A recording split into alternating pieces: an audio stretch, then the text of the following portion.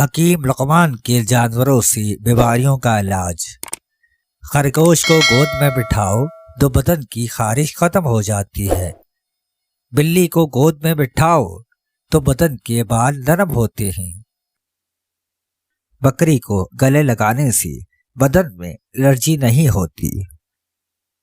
بھیڑ کو گلے لگایا جائے تو بدن میں گرمی بڑھتی ہے۔ کتے کو گود میں لوگے تو بدن میں خارش ہو جائے گی۔ چوہے کو گود میں لوگے تو کالا یرکان ہو جائے گا۔ گلہری کو گود میں لوگے تو دل کی دھڑکن ٹھیک چلے گی۔ مور کو گود میں لوگے تو تمہارے بدن سے خشکی کا ہمیشہ کے لیے خاتمہ ہو جائے گا۔ مور انسان کی خشکی کو چوس لیتا ہے۔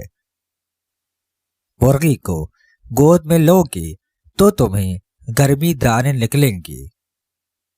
گائے کے بچڑے کو گود میں لوگے تو تمہاری سانس کی بیماری ختم ہو سکتی ہے۔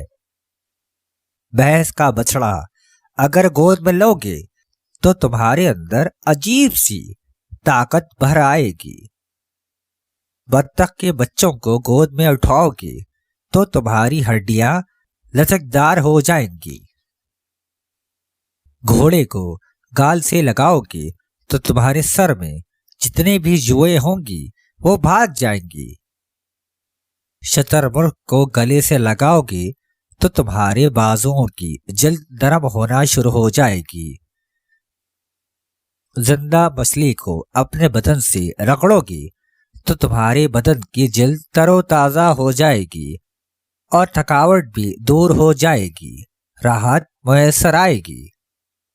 تیتر کو اپنی مٹھی میں دباؤ گے تو تمہارے ہاتھ سخت ہونا شروع ہو جائیں گے جیسے دودھ نکلنے والے کے ہوتے ہیں۔ کبوتر کو ہاتھ میں لوگے تو تمہارے ہاتھوں کے ناخن جلدی بڑھیں گے، آہستہ بڑھیں گے۔